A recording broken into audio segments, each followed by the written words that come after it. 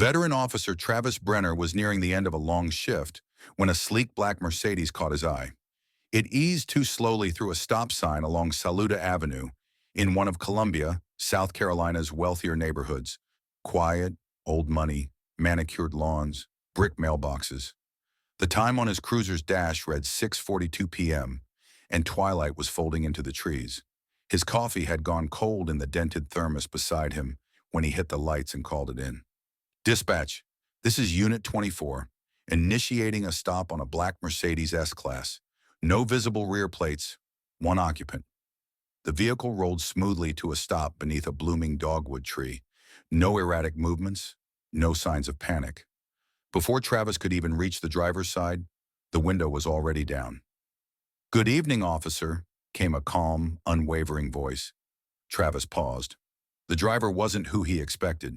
She was an older black woman, maybe in her mid-60s, with short silver hair and a composed gaze. She sat upright, hands relaxed on the wheel. Draped over her shoulders was a black judicial robe.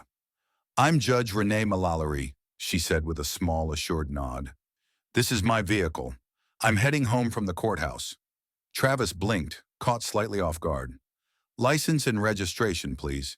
She complied without hesitation. "May I ask why I was stopped?" she inquired evenly. He scanned her documents. Everything matched. Still, something gnawed at him.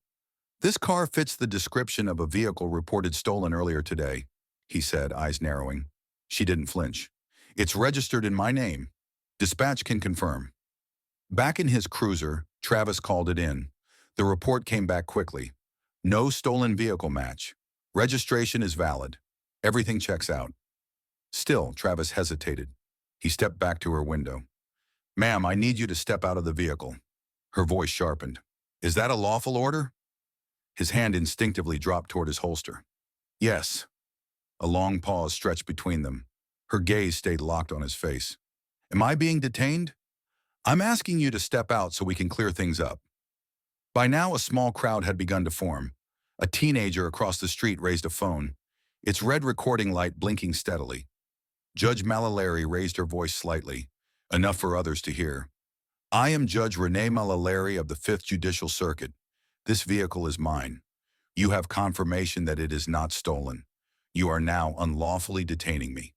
Travis flinched, not visibly, but something in his stance shifted. He knew the law. He knew the cameras were on, and he knew the crowd was growing. But something, pride perhaps, kept him rooted in place. The second time she spoke, her tone carried weight. "You're violating my rights," a voice called out from the sidewalk. "That's Judge Mallory, man. She's telling the truth." Still, he didn't budge. "I asked you to step out," he said, his voice tightening. "And I asked," she replied, "if that's legal." Silence. Then another voice, low but firm, from the crowd. "Get your hand off your weapon, officer." He hadn't even realized it was hovering near his holster. Slowly, he pulled it back. More phones were lifted. A woman nearby muttered, "She gave my cousin probation last month. She's fair. You messing up, bro." Travis took a step back, uncertain now. Everything, the cameras, the onlookers, the silence, pressed in on him. Judge Mallory rolled her window up just 2 inches, not defiant, but firm. Then she faced forward. Travis returned to his cruiser, heart pounding. But this wasn't over. Not yet. He got back out, this time slower, more deliberate. The crowd was larger now, phones up, voices hushed. The street felt suspended, waiting. He tapped gently on the window. She lowered it again. "Ma'am," he said, his tone now flatter, "I need to ask a few more questions. You verified my license, registration, and identity. What else do you need, Officer Brenner?" The way she said his name, calmly, like delivering a rebuke from the bench, hit harder than raised voices ever could. "How long have you had this vehicle?" he asked. "Since February of last year. Certified pre-owned from Midland's Mercedes. Paid in full?" Her expression sharpened. "Are you asking how I paid for my own car?" "Just routine questions," he said. "No," she replied. "You're implying I stole it, even after dispatch confirmed I didn't." He opened his mouth, then closed it again. She didn't stop. Do you ask every driver around here how they afford their cars? Ma'am, don't twist my words. I don't have to, she replied. They twist themselves. There it was. The shift. No longer explaining, now confronting. Yet her voice never rose. Behind them, someone murmured, "He better back off." More pressure. More blinking lights. She leaned slightly toward the open window. Do you know how many hours I've spent this week presiding over bond hearings, signing warrants, mediating disputes? You think after all that, I finished my day by stealing a car off Divine Street? Travis felt smaller with each passing second. Still, he asked, "Is this your only vehicle?" Her head rested lightly on the window frame. "That's the fourth time you've implied I shouldn't be driving this car." "It's not personal," he lied. "Of course it is," she replied, soft but certain. "You don't see me, not really. You see a story you've already decided is true." He looked away, from her face, from the truth in her voice. "You don't get to wear that badge," she continued, "and walk around with that kind of certainty when you're wrong, especially when it puts lives at risk." Travis's chest tightened. "You could have run my name and driven off 10 minutes ago, but instead, you're still here asking how I bought my own car." He had no answer. Then a second patrol car pulled up. Officer Marcy Keller stepped out. Late 30s, sharp eyes, blonde ponytail. She scanned the scene quickly. "Travis," she said low, but firm. "What's going on?" "Routine stop. Possible stolen vehicle," he replied dryly. Marcy leaned in, eyes widening. "That's Judge Mallory." "I know." She let out a breath. "You need to end this." "I'm trying." "No," she said, voice calm but decisive. "You're not." But by then, the damage was done. The moment had already slipped beyond repair. On porches and sidewalks, neighbors whispered. Kids recorded.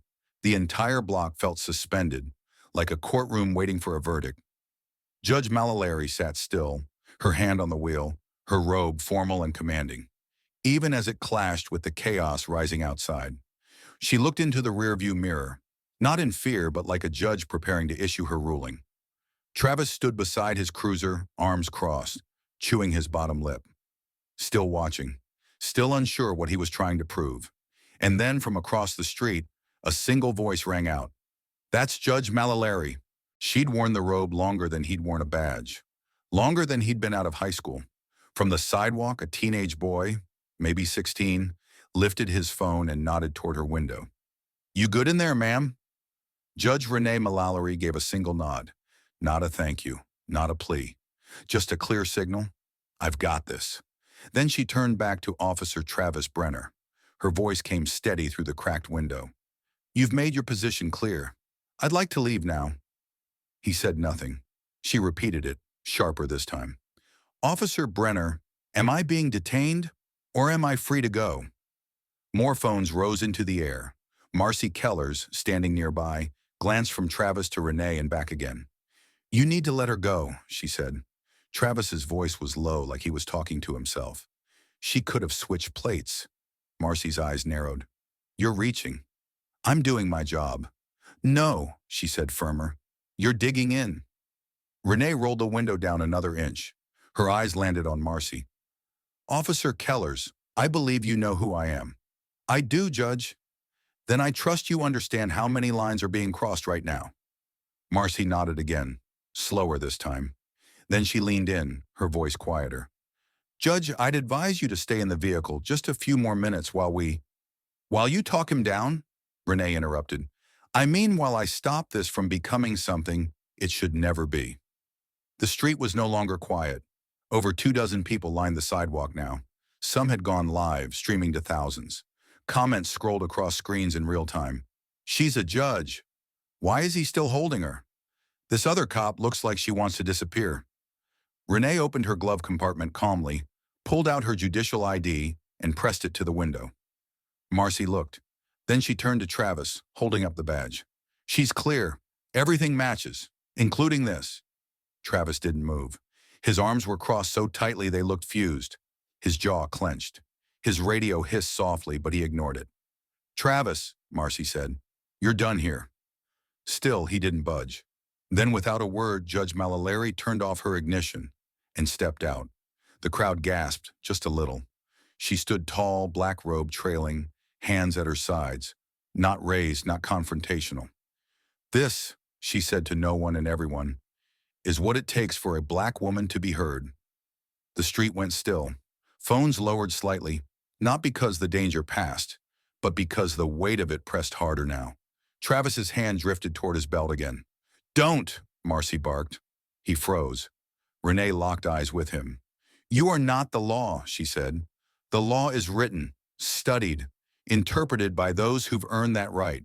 You enforce it, but only if you remember what it stands for." Her voice wasn't loud, but it cut clean, and still it wasn't over. Travis couldn't hear much anymore, just the roar of pressure in his ears. He scanned the crowd, folded arms, skeptical eyes, phones blinking red. He had no backup, no sergeant, just Marcy beside him, and a judge quietly dismantling everything he thought he knew about control.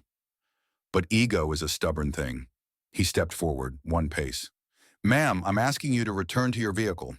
Renee didn't move. "Are you detaining me?" "You're interfering with a police investigation." A few people chuckled.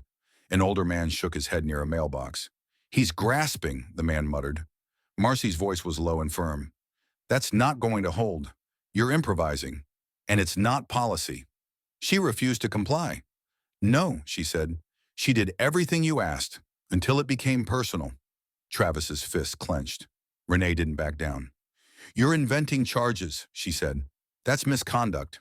Something inside him snapped. "Get back in the car," he barked.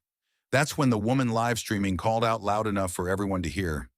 "He's about to arrest a judge for making him look stupid." Renee took a single step forward.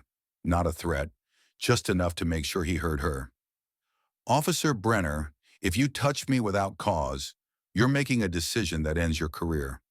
"Is that a threat?" "It's a fact." The pause felt endless.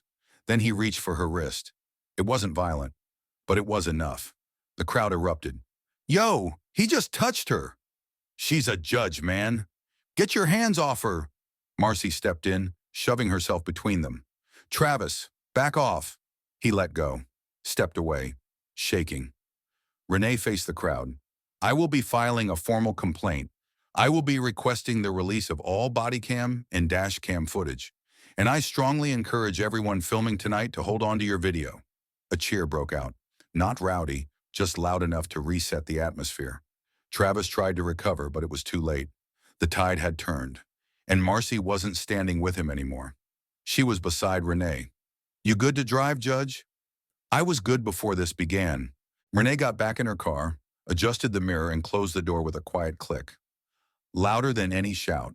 She didn't speed off. She just drove away, deliberate and steady, taillights fading into the night.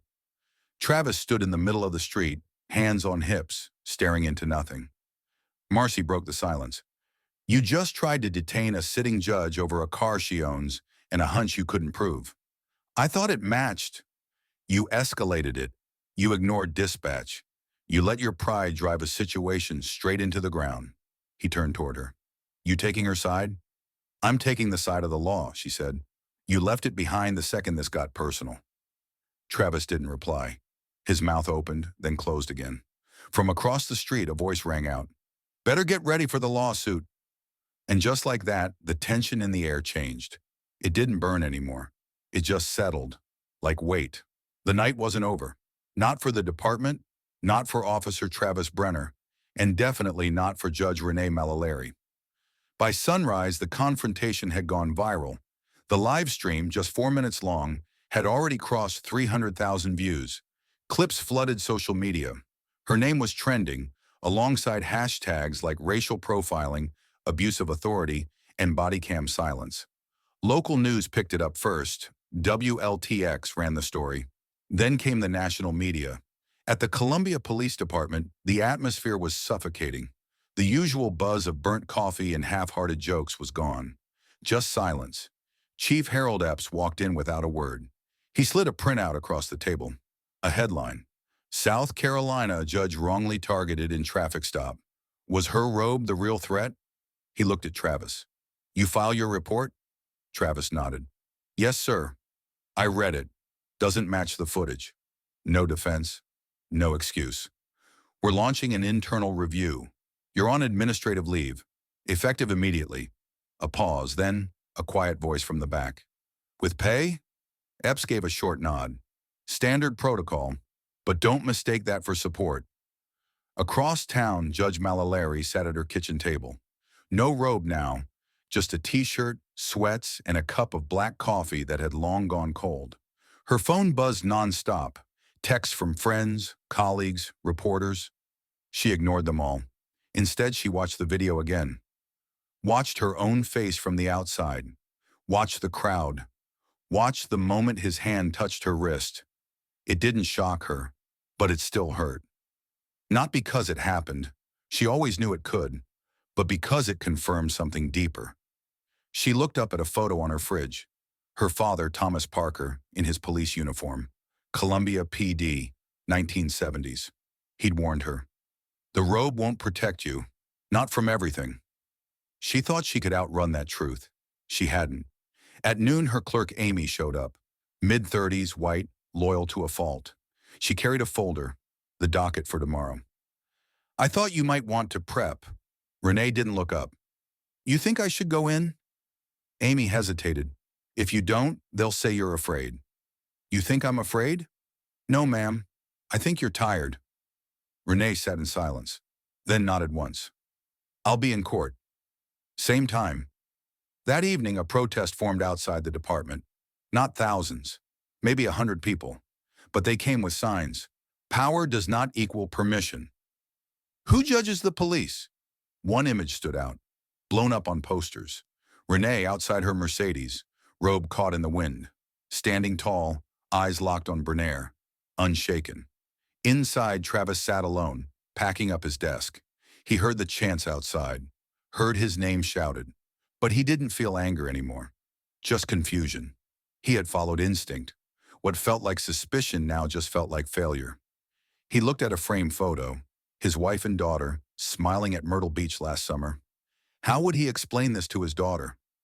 How do you admit a mistake without sounding like the villain? A soft knock. Marcy stood in the doorway. You okay? He shrugged. She stepped in, arms folded. I didn't want it to go that way, but you didn't give me a choice. I know. She paused, then said, You ever think maybe what feels normal to you is what needs to change? He looked up, tired, worn. Yeah, I'm starting to. But reflection doesn't undo the damage, and the city wasn't waiting for him to catch up. Before she wore the robe, before the bench and the title, she was just Renee Parker, a kid from Macon County. Her mother taught second grade for 31 years. Her father wore a badge that barely paid the bills, over 6 feet tall, soft-spoken, and quieter when he came home. She remembered one night in 1982 like it had just happened. She was 8 years old. Her father had just walked through the front door, uniform rumpled, eyes heavy. No words, no smile. Renee had run to him, arms wide, her school project in hand, a cutout paper badge with "Just like Daddy" written in crayon. He didn't pick her up that night, didn't even bend down. He just looked at her for a long moment, then walked past, straight to the back porch, sat down in the dark. Her mother followed, placed a hand on his shoulder. He shook his head. Renee didn't understand it then, but she does now. That was the night someone spat at him during a traffic stop, called him names he never repeated, told him the badge didn't mean anything on his skin. And still, the next morning, he put the uniform back on. Now, 40 years later, Renee was the one wearing the badge. Not on her chest, but around her neck, etched in gold, resting near her heart. But even that hadn't been enough, because no matter how many degrees, no matter the courtroom authority or legal knowledge, to some people she was still just the woman behind the wheel. By the next morning, the city had shifted. The mayor's office released a statement. A full investigation will be conducted. We are committed to transparency. But the public wasn't asking for words. They wanted action. The police union issued a brief comment. They were reviewing the situation internally. That didn't stop the marches. That didn't quiet the hashtags. And it didn't stop people from showing up to the courthouse that next day. Not to protest, to support. At 8:57 a.m., the courtroom door opened. Judge Renée Mallory walked in, robe pressed, chin high. not hurried, not flinching. She took her seat like she always had, with grace, precision, and the full weight of justice behind her. No one missed the irony. The woman questioned in the street for being behind the wheel, now presiding over a courtroom built to uphold the very law she had to defend herself with the night before. Amy stood just behind the bench, nodding once in quiet solidarity. In the gallery, a handful of strangers sat silently. Black, white, young, old, not there for a trial, just to witness, to make sure she wasn't standing alone. Outside, Officer Travis Brenner was at home, sitting on his porch. No badge, no radio, just a cup of coffee and the sound of his daughter laughing in the yard. He was still trying to figure out when things started going wrong, not just that night, long before. He knew he wasn't a monster, but he also knew now that wasn't enough, and knowing better had come too late.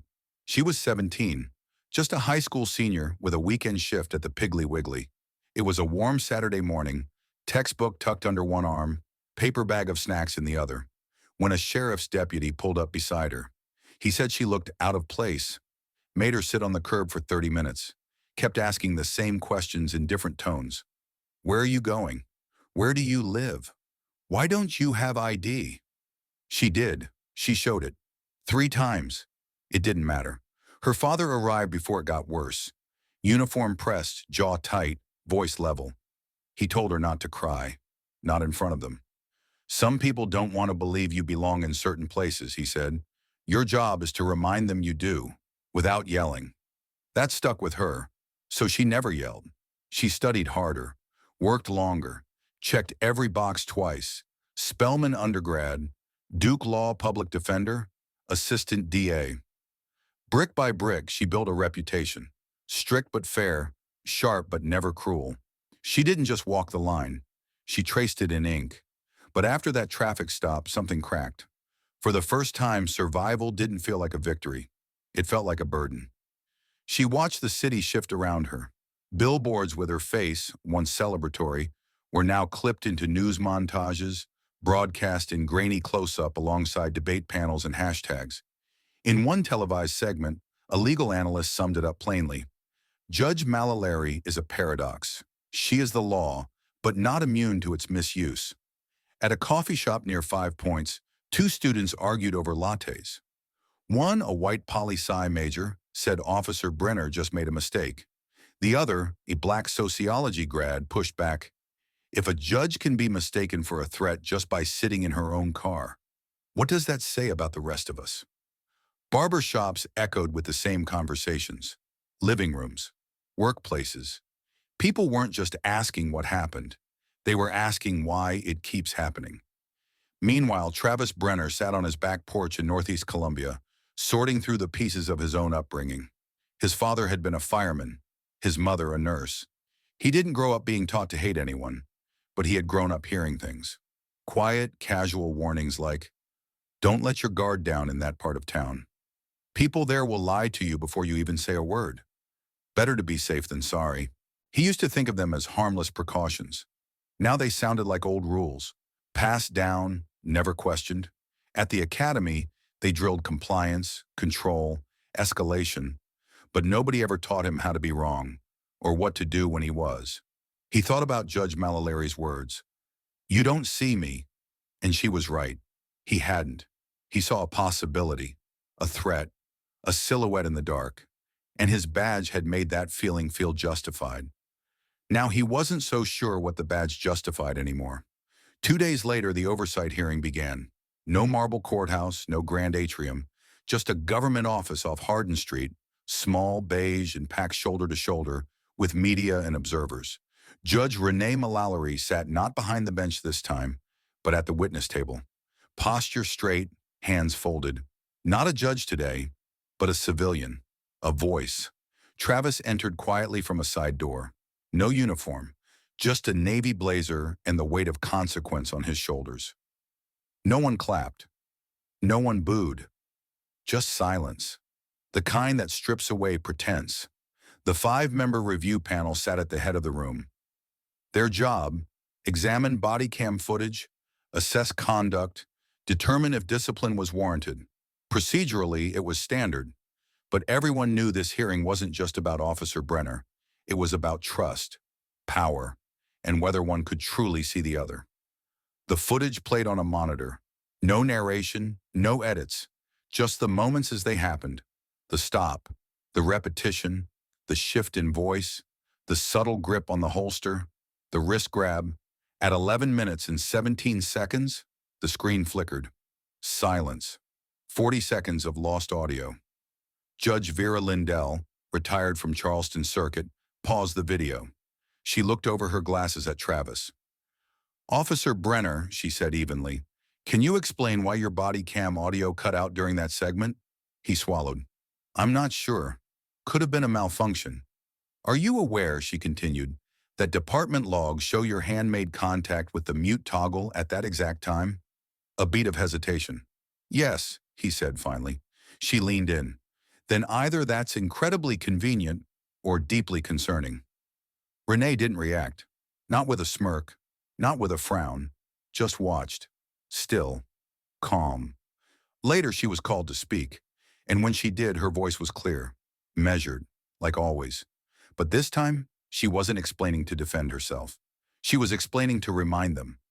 "Trust isn't just about following rules," she said. "It's about judgment, restraint, respect." She looked at the committee, and then, briefly, at Travis. "Every day I sit in court and decide if someone deserves leniency or punishment, if they're telling the truth, if they're a threat, and I do that knowing the scales aren't always balanced." She took a breath. "That night, the system tilted again. I didn't do anything wrong, but I still had to carry it." A pause, then, "The badge doesn't give you the right to ignore the facts. It gives you the responsibility to honor them." Outside, a smaller crowd waited behind barricades. The protest had quieted, but the tension hadn't, and neither had the questions. Back inside the hearing room, the panel adjourned for deliberation. The air stayed still. Even the cameras stopped humming. 30 minutes later, they returned. Judge Vera Lindell didn't ease into the moment. She didn't have to. "The committee finds that Officer Brenner engaged in conduct unbecoming of his position," she said. "His actions were excessive, unsupported by sufficient evidence, and indicative of a troubling pattern inconsistent with departmental expectations." Travis didn't flinch, but he blinked. Once, slow.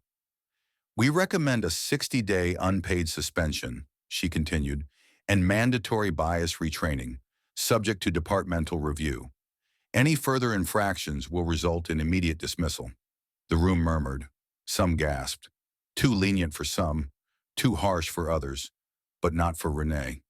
She stood, calmly gathered her coat, nodded to the panel, and exited without comment. Outside, a reporter reached through the crowd with a mic. "Judge Mallory, do you believe justice was served?" She paused. Not because she didn't know the answer, because she wanted to say it clearly. "I don't believe in justice as a moment," she said. "It's a practice, and tonight was just one piece of it." Across the street, under the low branches of an elm tree, Travis Brenner stood alone, hands in his pockets, badge gone, gun holstered in someone else's locker. All he had now was time. Time to ask himself how authority, unchecked, unexamined, can cross the line into harm, and how quickly it happens when no one's looking. A few minutes later, Marcy joined him. No words at first, just presence. "You good?" she asked. He didn't answer right away. "I don't think I'm supposed to be good," he finally said. "I think I'm supposed to be honest." She nodded, slow and steady. "Then maybe you're finally starting." She glanced at him sideways. "But honesty's just the first step. What you do next, that's what defines you." The next morning, Renee sat alone in her chambers at the Richland County Courthouse. Sunlight stretched across the floor, spilling over the edge of her desk like a slow breath. She had come early, not to prepare for trial or draft rulings. She just needed space, to sit, to think, to feel. A small stack of letters lay in front of her, some typed, some handwritten. A thank you note from a law student in Atlanta. An email from a retired judge in Ohio. Words like grace, strength, clarity appeared again and again. But it wasn't the polished praise that lingered. It was a line scrawled at the bottom of a plain folded envelope. No return address. You reminded me that staying calm doesn't mean staying silent. She read it again, then again. At 9 a.m., the courtroom door opened. First case of the day, probation review. A teenage boy stepped forward, 16, maybe 17, shirt tucked in too tight, like someone told him to dress right. Public defender at his side, eyes scanning the bench nervously. Renee recognized it instantly. The shuffle, the posture, the practiced stillness that doesn't come from discipline, but fear. This was the part of the job no one put in the headlines. Not just sentencing or rulings, but decisions made in the gray, where second chances lived, where one choice could bend a life toward possibility or break it. She opened the file. A long moment passed. Then Judge Mallory looked up. "Let's talk," she said.